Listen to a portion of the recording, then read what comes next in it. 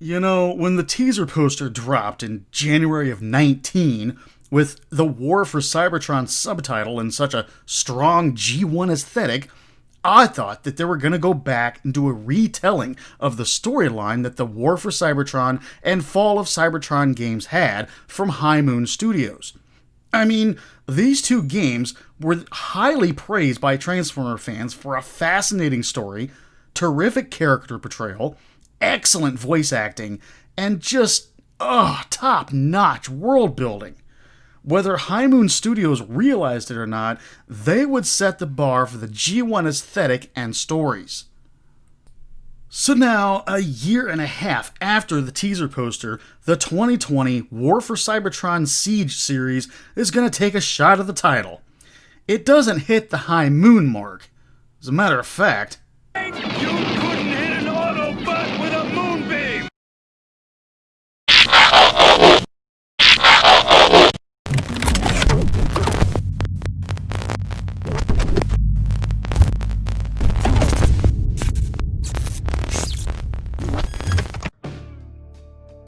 2020's War for Cybertron is a joint collaboration between Hasbro's AllSpark production studio and Netflix, being produced by Rooster Teeth and Polygon Pictures. Rooster Teeth, probably most famous for their award-winning Red vs. Blue series, and Polygon for the Transformer Combiner Wars that ran from 2016 to 2018. While I do have issues with the new War for Cybertron series, I can honestly say it is a huge improvement over Combiner Wars. For starters, Siege is available on Netflix, an easily accessible streaming platform, where it seemed like Combiner Wars was Hasbro's dirty little secret, only being offered up on Go90, a streaming service from Verizon, I guess, that still no one uses to this day. Second, the fight scenes are way better paced and the animation is much better. War for Cybertron Siege starts off with random seekers flying through heavy fire and even being shot down, giving the impression that there is heavy Autobot support in the area. Once it cuts to the ground, though, that support is no longer existent. Like, literally 10 seconds ago, Seekers couldn't travel through this area, so what happened to all those guns being shot at them? Do the Autobots have union brakes? Oh, but look, the first two characters we see are Bumblebee and Wheeljack on the hunt for Energon. I guess this is where my nostalgia is supposed to tingle or something. Slowly, we are introduced to the rest of the cast. And man, it's a small cast. There's a point where Prime says gather everyone and slag me. There's only like 8 Autobots there. The ludicrous idea of like 8 to 10 Autobots holding the line against an entire Decepticon army is enough to take you out of it right there. Luckily, more Autobots show up through the episodes, with no explanation as to why or any redeeming character traits. It's almost like they were afterthoughts, like, we might need to sell more toys of the Autobots. But hey, at least none of them are named Windblade. No! No!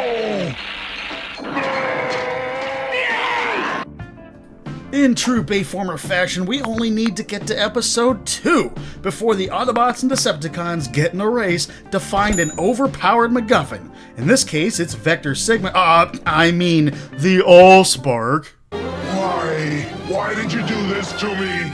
Why? Megatron wants to use the AllSpark to reformat the Autobots into Decepticons, while Optimus Prime wants to take it off-world and potentially kill Cybertron by doing it. Shit, this series is bleak. Remember in G1 when the Autobots actually knew how to have fun? Hut 1, Hut 2, hike! Spike! I can't block him much longer! Here come me, Grimlock! I'm clear! Pass it!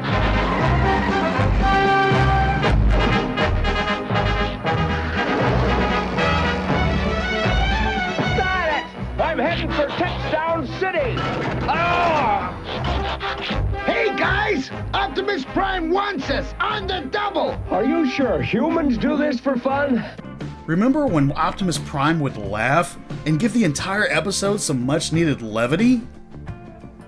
We knew you were anxious to get back to Cybertron, but at least you could have waited for us. Sorry, Prime. The ship was full.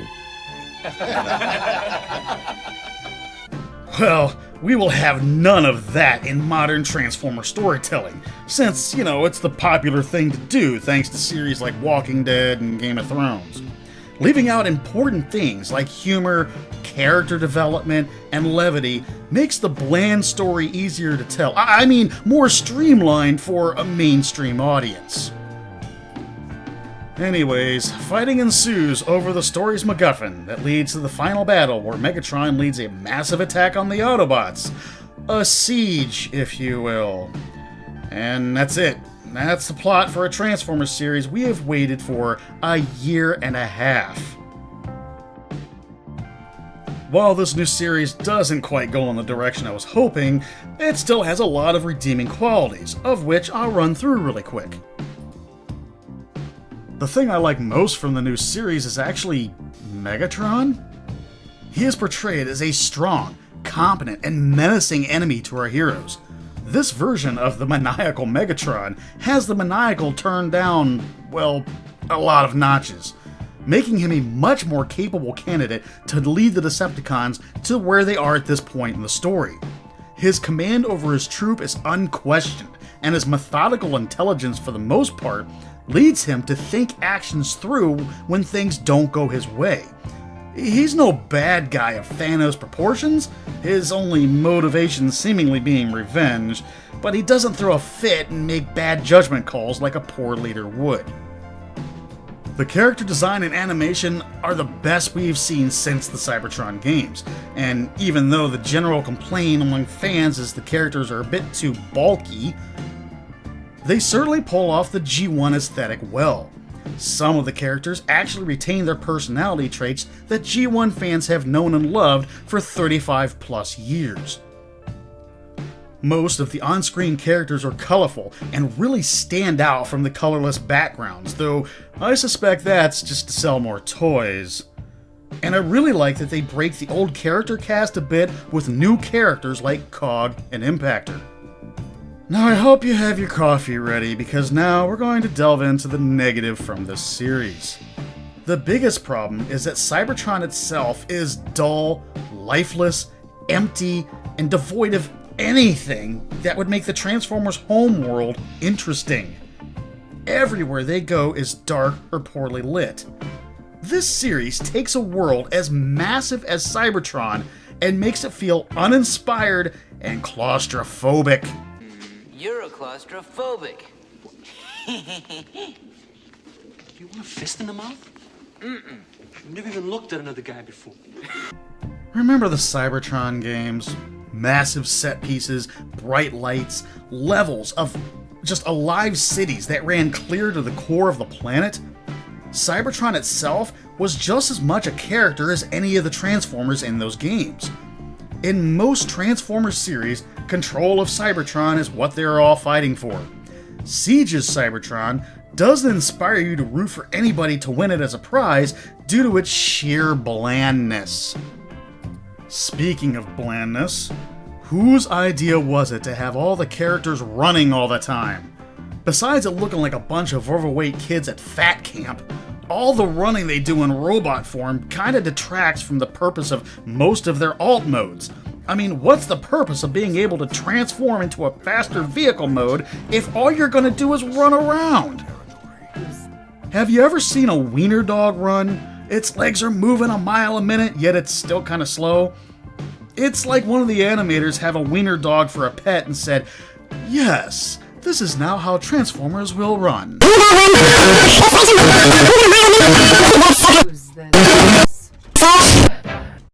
The sound design over the course of the episodes is bland as well, from the sound effects to the voice acting. Why does the traditional transform sound only go up in its pitch? No matter if the transformation is up to bot mode or down to alt mode, the pitch is the same. Did Hasbro, of all involved here, forget how iconic that was? Finally, we get to the voice acting, which isn't a complete loss. Megatron, Starscream, Wheeljack, and Bumblebee are done very well. To say everyone else was in the wrong casting would be an understatement. It's a broad contrast from the well-cast voices to the, meh, this voice actor's cheap, let's put him in the part. The biggest offender in this citation is Ironhide, whose voice is so annoying it reached wheelie levels of annoyance.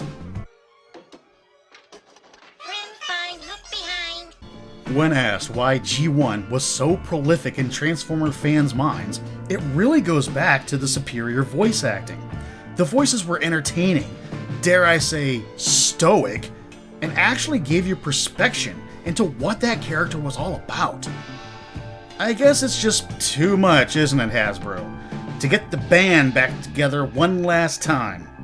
With original voice actors reaching retirement age like Peter Cullen and Frank Welker, who are both, I believe, 71 now? Not to mention the ones that left us too soon, like Chris Latta and Scatman Crothers, it would be a huge nod to the fans to hear the original actors together one last time. But I guess that's just one more case as to why the Cybertron games hold such a high mark. When it ended, my first thought was I went back and thought about every G1 character's first scene in the show, and my heart ached because even though Siege isn't terrible, it didn't truly let these characters' depths shine, and I just ache for them to be in something good. I guess the fault is mine, however, longing for a good story arc and good character development out of a franchise whose only real goal is to sell toys. To sum it up, Siege is a moderately fun romp in the Transformers universe with strong G1 tones and themes. It introduces new characters and concepts, the characters are well and brightly animated, and for casual and/or nostalgic fans, it's not a bad way to spend a little more than 2 hours. Siege, though, tells a story already told by the Cybertron games, and they actually did it better. Aside from its terrible pacing, lousy voice acting, and plot convenience devices, it's really the best thing to come from the franchise since the Cybertron games. Albeit, if one thinks about it, the fact that the bar of quality in the Transformers franchise is now a decade old, War for Cybertron Siege could and should have been a lot better. What do you guys think? Tell me in the comments below. If you like G1 Transformer toys or any other retro 70s or 80s goodness toys, check out the vids here on the channel, as vintage toy reviews are kind of the theme around here. Subscribe to the channel if you still want more. Let's chat it up in the comments below. I actually left a lot out of this for time's sake, so I look forward to hearing from you. Thank you for watching.